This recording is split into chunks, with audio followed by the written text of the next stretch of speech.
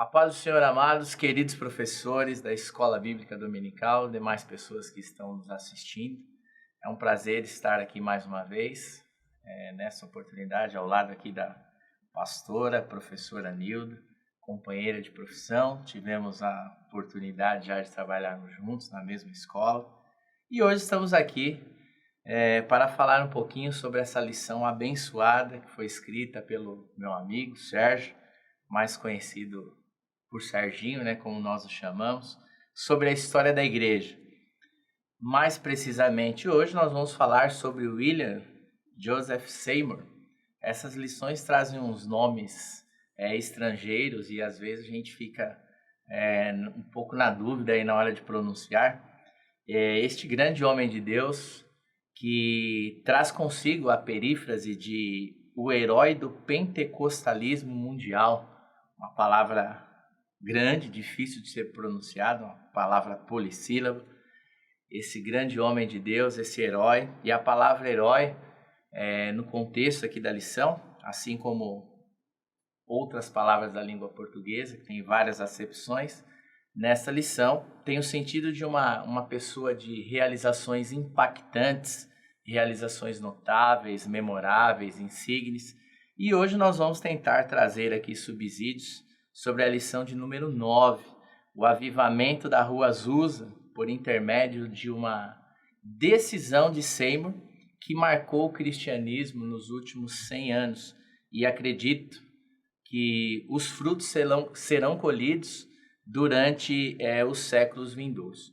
Primeiro ponto que vale destacar aqui, e que foi descrito aí pelo nosso comentarista já na introdução, é que a decisão de buscar a Deus de uma forma mais intensa nasceu no coração dele e foi compartilhada, foi socializada ali aos outros membros que abraçaram a ideia.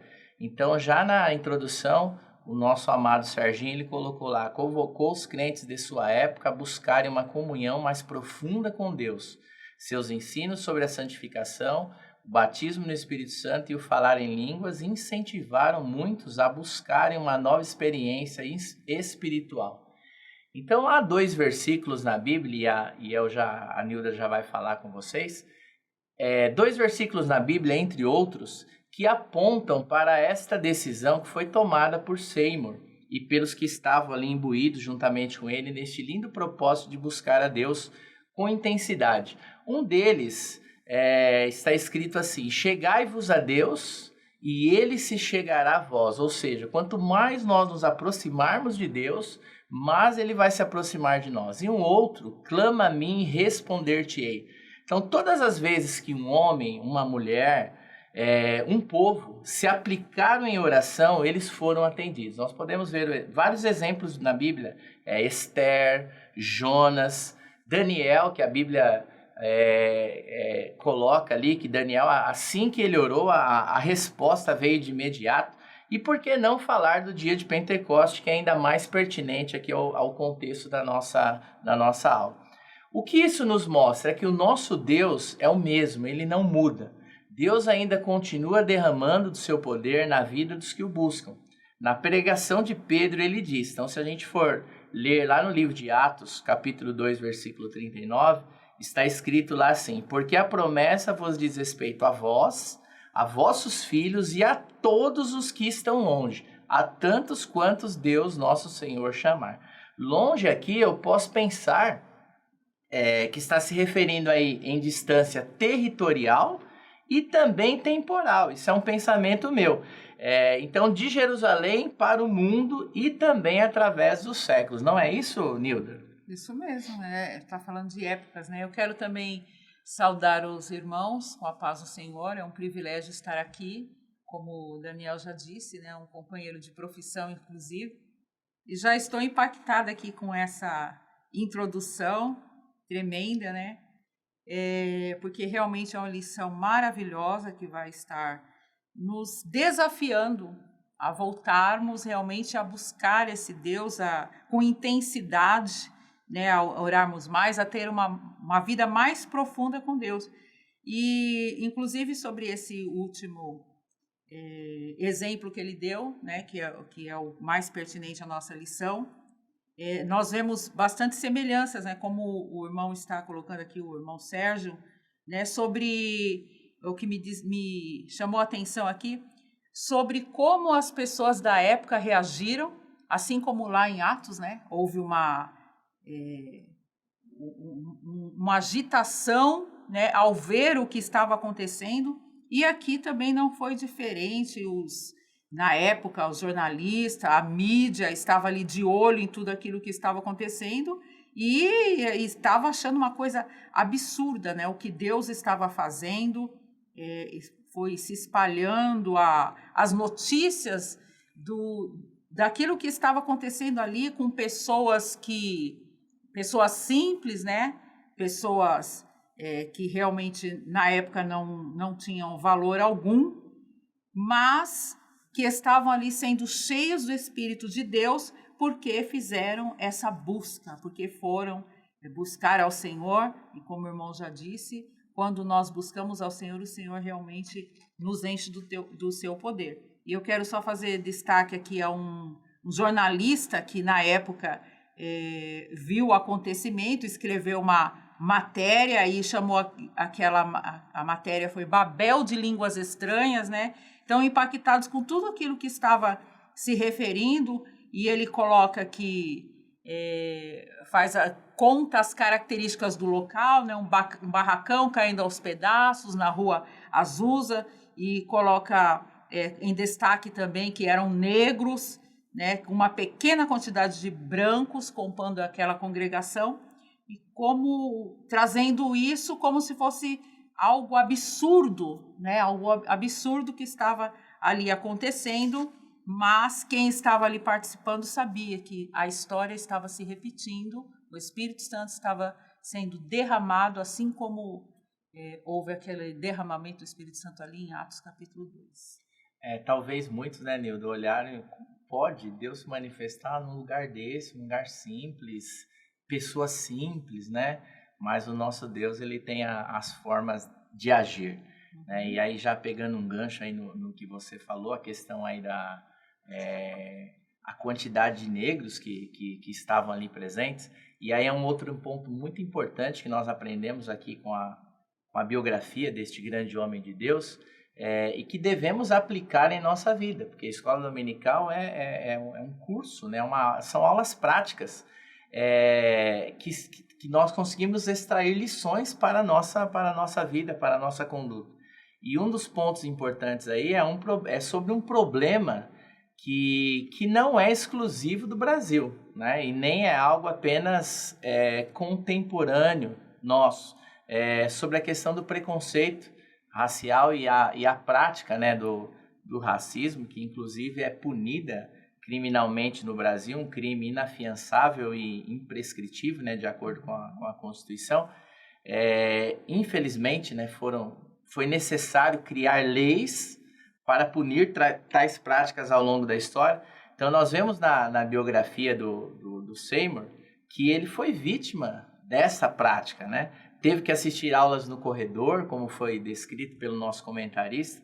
E o que me chamou a atenção aqui, Nilda, nessa questão dele ter que assistir aula separado do grupo, é que o curso e o conteúdo que estava sendo ministrado ali era fundamentado na palavra de Deus, né? Não era um curso secular. Que coisa triste, mas isso não o abalou, né? Ele, sendo filho de ex-escravos, né, podemos dizer que para ele esse contexto familiar, essa origem dele, vamos colocar entre aspas aí, podia ser uma mancha ali, né, se ele tivesse enxergado dessa forma, né, que era a forma como as pessoas viam, né? Infelizmente somos vítimas ainda de tudo isso. Talvez alguém podia olhar e dizer, mas como assim esse homem está aí no meio dessas pessoas, né?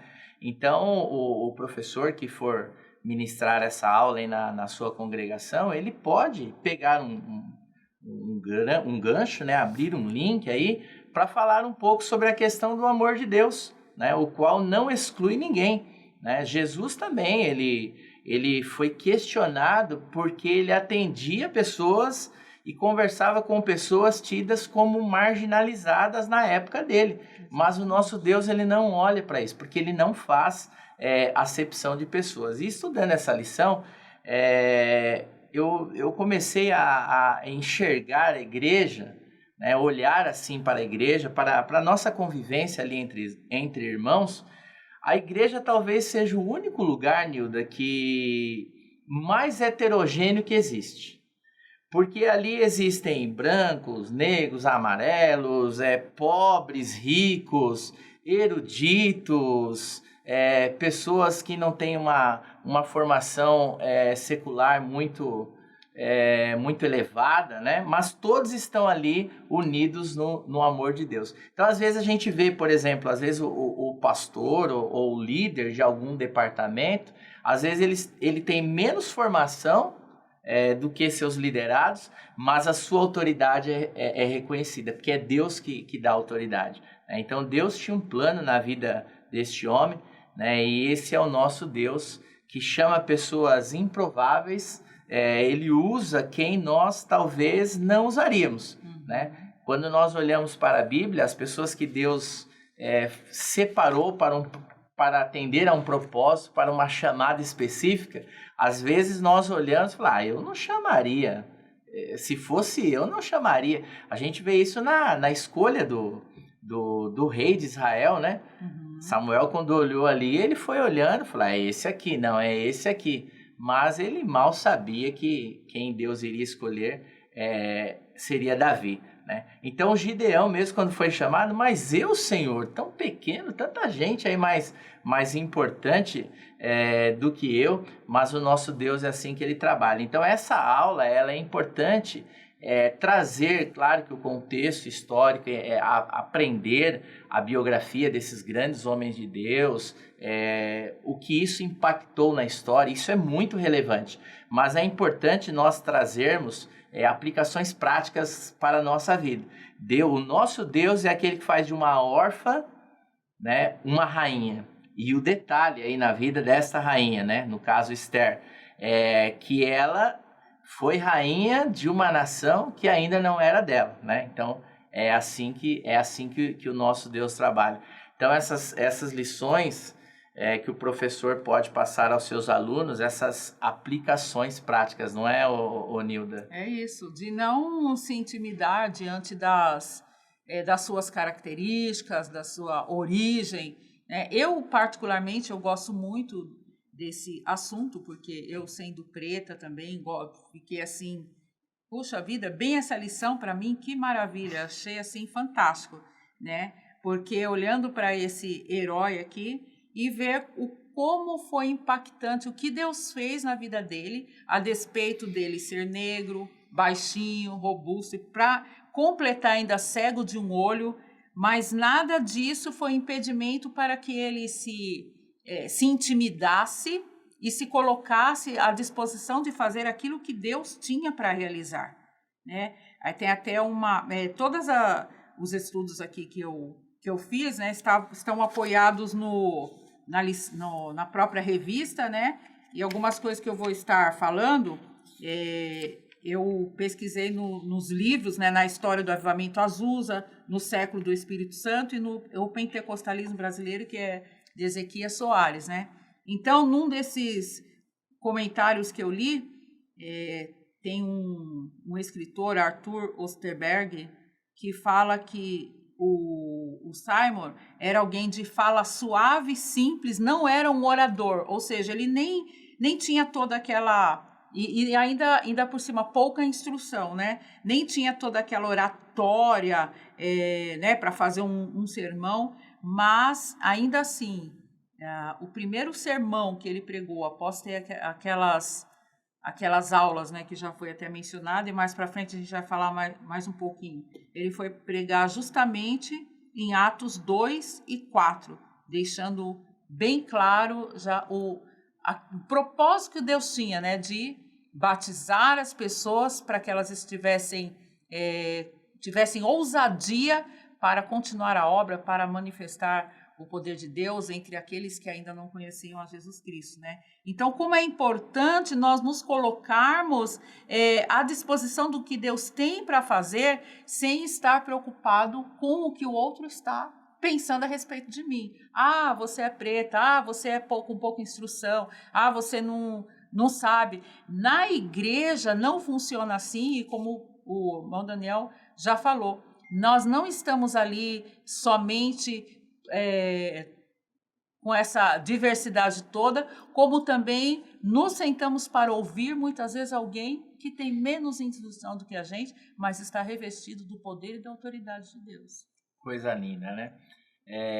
O Sérgio colocou aqui, Nilda, no item B, na lição, diferenças existem, mas não podem criar barreiras. E ele colocou o verbo aqui no presente, né? Ou seja, aconteceu na época dele e continua acontecendo. Então, como você mesma já disse, um homem pobre, filho de ex-escravos, e ainda ficou cego de um olho, né? Ao adquirir aquela doença aí que você já citou, a varíola. E o mais lindo aqui, mais difícil, a gente fala lindo, né? Por ver o exemplo, por ver aquilo que aconteceu.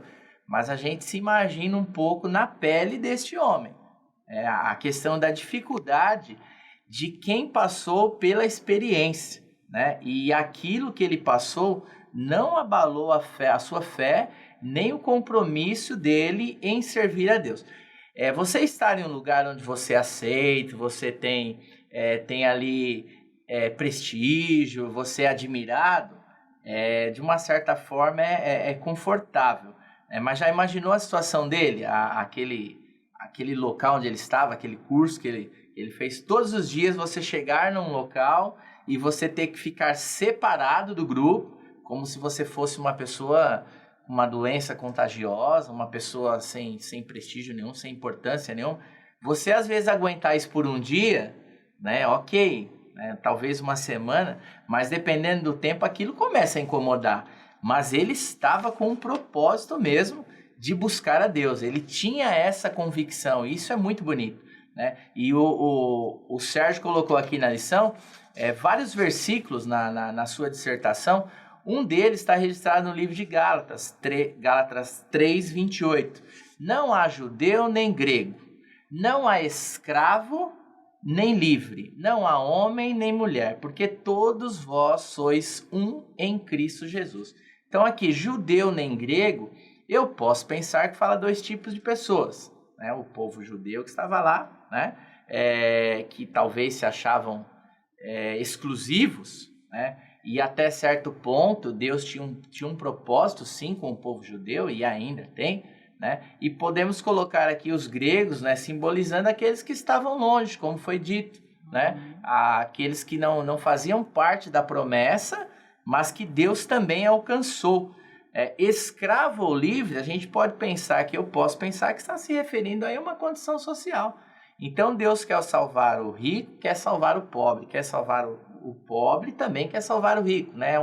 Não existe essa questão aí, essa condição social, isso para Deus não é importante, né? Ele quer salvar o homem, seja lá qual for a condição social dele. E quando se fala aí homem ou mulher, está falando aí de gênero. Então, para Deus, quando nós olhamos para esse versículo, a gente chega à conclusão que para Deus existe dois grupos de pessoas na Terra, né? Salvos e não salvos, remidos e não remidos, justos e injustos. Os homens, né, a sociedade, classifica a humanidade atendendo a diversos critérios. Cor, como você já disse, como nós já falamos aqui, questão da cor, questão da condição social, questão da escolaridade, idade, gênero, né? Isso aqui dá até uma pregação, né, Nilda? Com certeza. Isso fica muito claro nos ensinos de Jesus. Quando Jesus está ensinando, ele vai falar de dois grupos: virgens prudentes, virgens loucas, trigo, joio, peixes bons, peixes ruins, né? Dois caminhos. Em nenhum de seus ensinos falou-se sobre cor de pele, sobre altura, sobre condição social, nada disso, né? Então isso para a igreja tem que ficar muito claro, assim como estava muito claro para esse grande homem que nós estamos estudando. Jesus teve discípulos muito simples, pessoas sem muita formação, sem muita escolaridade, sem muita condição social, pessoas que estavam ali no anonimato, mas ele também tinha pessoas financeiramente, vamos colocar assim, pessoas importantes, pessoas influentes na época, como o seu discípulo, o José de Arimateia, e muitos outros que às vezes que não estão registrados, né, na palavra de Deus. Então, o professor que está ministrando essa aula, ele pode trazer essas considerações aos seus alunos, né, mostrar a eles que para Deus o importante são almas. Ele não está interessado na cor da pele, na condição social, quanto tem, quanto não tem, se tem uma faculdade, se tem 5, se não tem nenhuma. O importante para Deus, Jesus veio buscar e salvar a todos. Verdade. E é por isso que toda essa importância quem dá é a sociedade, né? É por isso que nós, como cristãos, precisamos sempre estar alerta e mostrando, sim, para aqueles que estão diante da sociedade sendo discriminados, para Deus ele é especial, ele é importante, tanto quanto qualquer outro, né? E eu queria só destacar uma coisa interessante aqui, nessa parte do tópico A ainda, de como aconteceu anteriormente, né? Que esse professor aqui, que está mencionando, o Parham, né? Ele havia, pela primeira vez, visto o batismo no Espírito Santo, e ele próprio tinha os alunos dele, antes mesmo dele começar a ensinar sobre o batismo no Espírito Santo, ele tinha os alunos e eles estudavam outras matérias, né? E teve determinado ponto que ele pensou, o que eu vou fazer com o capítulo 2 de Atos? E aí ele falou para os alunos dele, vão estudar, né? Vão pesquisar sobre essa questão, se o batismo é só para aquele tempo ou se é sobre nós. E nessa época ele teve que fazer uma viagem para pregar e os alunos ficaram estudando sobre isso e chegaram à conclusão que realmente era para aqueles tempos, e uma das alunas dele falou para ele impor as mãos sobre ela, e ela foi batizada no Espírito Santo e falou em 7 línguas diferentes, né? Então foi a primeira experiência que aconteceu, e ele não imaginava, aí sim ele começou a estudar, e aí ele não imaginava que justamente um aluno dele, um aluno preto, e que nem estava dentro da sala de aula, era ele que iria ser usado por Deus para espalhar. Então, apesar de Deus não faz realmente essa diferença, mas como nós fazemos a diferença, Deus faz questão de levantar pessoas improváveis que ninguém dá nada para fazer grandes coisas, né? Então, isso eu realmente achei muito importante destacar. E aí, já passando para o tópico B, que você já estava no tópico B, né? Então, é isso. O próprio herói que nós estamos falando, não houve para ele barreira, né? Ele, guiado pelo Espírito Santo, ele conseguiu reunir negros e brancos, reunir pessoas de classes diferentes, coisa que jamais acontecia na época dele, né? Era uma época de segregação, era uma época onde havia as leis do apartheid, né? Então, era uma coisa assim totalmente fora da realidade. E o evangelho, ele continua sendo assim.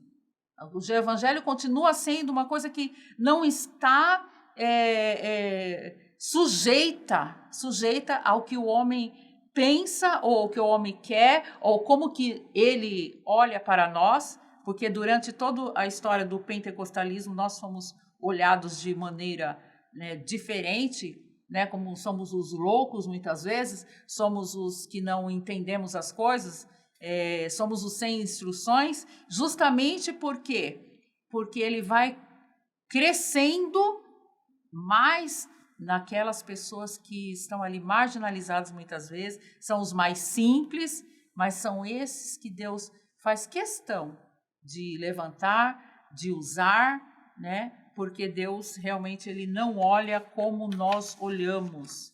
Ele olha, assim como a Bíblia diz, né? Que ele não olha a aparência, mas ele chama aquele que é interessante o que o Daniel estava falando sobre as duas formas que Deus só vê 2 grupos de pessoas, e dentro desse grupo dos salvos, Deus vê aquele que se coloca à disposição, né? Porque eu posso ser salvo, mas se eu não me colocar à disposição para ser usado por Deus, e aí Deus vai usar o outro, que se coloca à disposição. Então, que nós nos coloquemos à disposição para sermos usados por Deus, a sermos cheios do Espírito Santo e sermos instrumentos dele para a salvação de todo aquele que crê. No caso dele, né, Nilda, ele poderia, assim que ele começou a perceber a forma como ele estava sendo tratado ali, ele poderia simplesmente, isso aqui não serve para mim não, onde já se viu, vou ficar separado desse grupo, mas o propósito dele era grande, né? Era maior, o desejo dele, e Deus foi de encontro, né? Ou ele foi de encontro aos propósitos de Deus, porque Deus já tinha um plano na vida dele, né? Então, é aquilo que você disse, né? Surgiu esse desejo no coração dele, quando o professor lá, e a gente que é professor, vez por outra, pede isso para os alunos, vão pesquisar, né? Para trazer ali, para eles buscarem um pouco mais de conhecimento, e ali houve aquele desejo, partiu no coração dele, e Deus vai fazer algo tremendo ali na vida dele, surpreendendo, né, muita gente,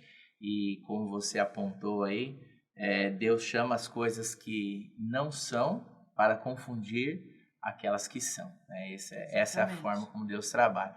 E quais foram então essas contribuições sociais que esse avivamento promoveu e deve promover? Aí a gente avança um pouquinho lá para o tópico 2º, né? O revestimento de poder, estar cheio do Espírito Santo, serve para quê?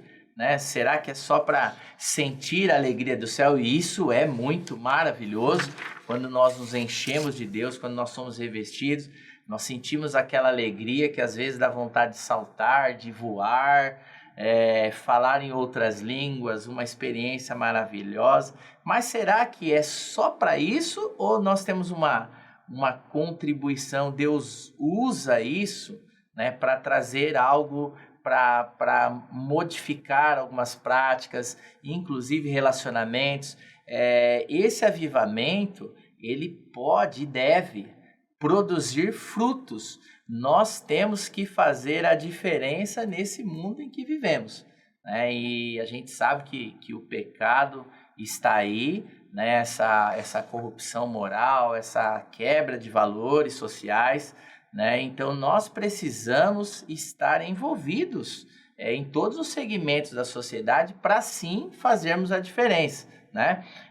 Tem pessoas que acham que, por exemplo, o crente não tem que se envolver, nós cristãos não devemos nos envolver em assuntos sociais e assuntos políticos, não, porque a nossa morada não é aqui, mas nós temos dupla cidadania. Enquanto sal, enquanto luz do mundo que nós somos, nós precisamos influenciar. Jesus ensinou isso ao povo, né?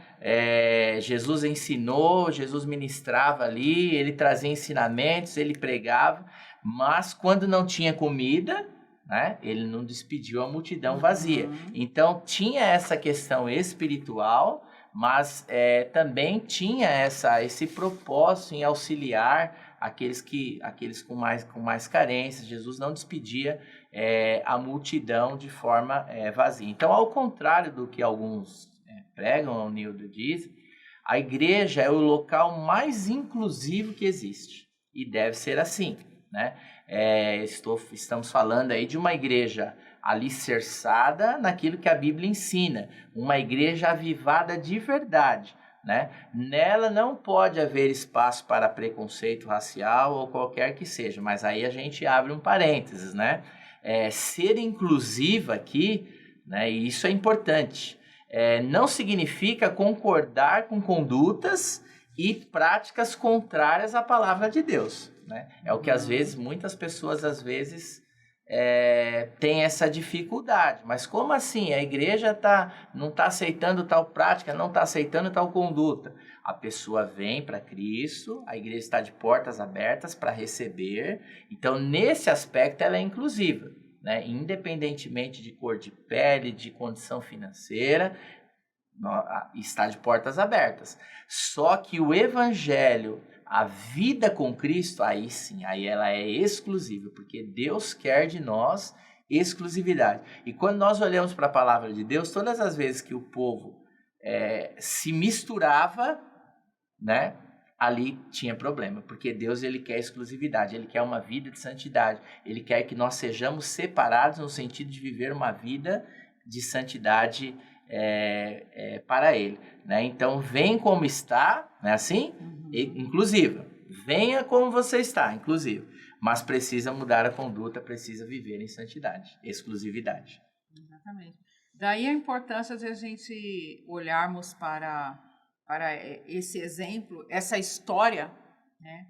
Porque sobre a questão do nosso papel como cristãos, né? A gente vai ver na característica, aqui na conduta, no comportamento do irmão Simon, exatamente essa questão. Ele fez uma coisa que na época era uma coisa absurda, reunir pessoas. E qual que é a importância daquilo? Exatamente aquelas pessoas que não tinham importância alguma, né, que eram discriminadas, elas estavam ali naquele local, não havia uma diferença entre elas, todas estavam ali sendo cheias do Espírito Santo, todas estavam ali com oportunidade, inclusive, de falar, né? As mulheres, a importância das mulheres, as mulheres tinham um destaque especial ali. Então, isso era uma coisa que estava mexendo, era uma coisa de ordem social, estava mexendo com todo o contexto da sociedade. Então, nós também temos que ter essa visão de que somos instrumentos para mudar coisas, sim, mudarmos realidades, mudarmos condições de pessoas, né, mudarmos a forma de como aquela pessoa se sente. E a importância também de vermos o que Deus realizava ali naquele local e que Deus está disposto a realizar agora, que era um poder tão grande naquele lugar, que as pessoas, sim, todas entravam ali, mas ninguém ficava ali da mesma forma, porque havia um mover do Espírito Santo, as pessoas tinham a convicção do pecado, né? Então, muitas vezes, o que está faltando em nós é esse poder de Deus, é essa presença que faz com que as pessoas se conscientizem de seus pecados e que se arrependam, porque às vezes nós estamos tão envolvidos com tantas coisas. Isso é uma reflexão que a gente tem que ter, um cuidado que a gente tem que ter. A gente está tão envolvido com tantas coisas que a gente acaba estando ali na igreja fazendo uma obra, esquecendo da ordem espiritual. É mais uma liturgia, mais um costume, e aí o poder de Deus vai diminuindo, então as pessoas vão adentrando ali e vão continuando da forma que estão e vão até pregando essas mentiras, né, de que Deus não rejeita o pecado, né, tá tudo certo, várias coisas, mas está faltando realmente esse mover de Deus para que as pessoas se convençam, estejam tocadas pelo Espírito Santo e sintam que são pecadores e que precisam de um Salvador e que precisam de mudança, de transformação. E é isso que a gente vê em toda essa história aqui, a gente vê as pessoas sendo quebrantadas, sendo transformadas, sendo um mover, um poder de Deus tão tremendo que não tinha como continuar igual. Né? O branco que estava ali como racista, ele passava a não ser mais racista, pelo poder de Deus. Tem até um termo que eles colocam, acho que eu não vou achar agora, mas aqui tá, na lição também tá, né? Sobre o sangue de Jesus que apagou essas diferenças. E o que é bonito aí, Nilda, que ele sentado à parte do grupo, né, separado, eu acredito que quando veio eles foram confrontados, né? Houve ali uma reflexão, olha, a nossa prática, incluindo o professor, a nossa prática aqui, ela está errada, não é assim que Deus quer, né? Então houve ali, como você disse, o agir de Deus, o trabalhar de Deus, ele nos mostra essa questão, que nós não devemos agir dessa forma. E o que a gente tem visto na sociedade, parece que existe uma rivalidade, né, entre grupos, né? Um grupo que não fala com esse grupo, como se fôssemos inimigos, sul contra norte, brancos de um lado, negros do outro, pobres de um lado, ricos do outro. Mas a igreja é o local onde essas diferenças, elas cessam, porque estão todos envolvidos ali no amor de Deus. E sabe uma coisa interessante? Que a gente fala do Simon, das dificuldades que ele teve lá no início, mas as dificuldades continuaram. Sim. É tão interessante porque quando ele está pregando pela primeira vez a sociedade ainda estava com esse pensamento, sim, né? E mesmo até dentro da igreja, porque quando ele pregou esse sermão do capítulo 2, versículo 4, ele havia sido convidado, né, por uma irmã e que conhecia uma outra que estava responsável por aquela igreja, e as pessoas não concordaram, se escandalizaram com aquela pregação. Então, mais uma rejeição na vida dele. E aí foi quando ele foi para abriu-se uma porta de uma casa, né, uma casa de uma família, que aí ele começou a pregar naquele lugar. Então, a vida dele foi cheia dessas rejeições, da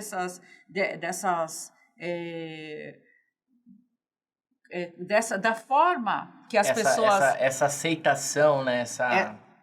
Forma que as pessoas reagiam diante do que estava acontecendo, a própria sociedade, a mídia caía em cima, falavam coisas horríveis. Se a gente for estudar mais, a gente vai ver que eles sofriam, aqueles cristãos daquelas épocas, eles sofriam muito, muito mesmo, quando eles estavam fora daquele contexto. Mas a história diz também que alguns quarteirões, quando o Senhor começou a mover ali na Rua Azusa, as pessoas estavam a alguns quarteirões distantes dali e já começaram a sentir o poder de Deus, né? Já começaram a sentir, inclusive, aquela convicção de pecado. Então, tudo foi através de alguém. Uma coisa que eu gostaria de mencionar também, que serve para nós, como o irmão falou, de uma forma prática, de como a oração ela é algo impactante, como tem poder quando nós nos colocamos a orar, né? Enquanto estava acontecendo tudo isso, antes dessa história estar acontecendo, Deus havia levantado uma pessoa, e algumas pessoas, mas quando a gente olha para aquele livro, O Avivamento da Rua Azusa, que é o Frank Barkleman, se eu não me engano é assim, que o livro é apoiado no diário dele, né? Com uma experiência que ele teve com Deus, quando ele perdeu uma filha dele, né, a filhinha dele, Esther, com 3 anos e meio, ele fala para Deus, a partir de hoje vou fazer um pacto com o Senhor, vou ter uma vida exclusiva para o Senhor, inclusive para não focar nesse meu sofrimento. E ele começou realmente a orar, e ele pediu um avivamento, e Deus foi impulsionando ele a orar por esse avivamento. E esse avivamento começou a acontecer lá na Rua Azusa, se eu não me engano, 1 ano depois desse movimento de oração. Então, Deus levantando pessoas, porque quando Ele quer fazer, Ele não usa só um. Ele é como na história de Israel, né? Teve o Moisés, teve o Josué. Então, Deus vai usando os seus instrumentos, e como a oração ela tem poder de fazer coisas tremendas, né? Através da oração desses irmãos que estavam pedindo, Senhor, aviva, aviva, aviva, quando Deus levantou o Simon para acontecer realmente aquilo que estava já diante de Deus como pedido dos seus servos ali para que ele derramasse do seu poder. Amados, claro que nós, ainda que ficássemos aqui, né, Nilda, mais 2, 3 horas, a gente não esgotaria esse assunto, né? Até porque isso aqui, ó, é uma fonte inesgotável, né? Então, mas o nosso desejo é que tudo que foi dito aqui sirva aí como subsídio para você, professor, que vai ministrar a sua aula no domingo, e que não fiquem somente, como a gente sempre diz aqui, não fiquem somente nesses comentários que foram feitos aqui por nós. Busquem outras fontes, pesquisem, para que vocês tragam uma aula aí abençoada para os seus alunos. E como nós dizemos aqui em alguns momentos, é importante conhecermos toda a história, né, desse grande homem de Deus e de tantos outros, entender ali o período, mas o mais importante para nós na escola dominical é utilizarmos isso que foi vivido por ele, esses exemplos, esse legado que foi deixado, e nós trazermos lições práticas para a nossa vida e para a vida dos alunos que estarão ali ouvindo vocês. Amém? Deus abençoe a vida de vocês. Nilda, foi um prazer estar com você. Revê-la foi um prazer. Que Deus abençoe a vida de todos vocês, em nome de Jesus. Amém.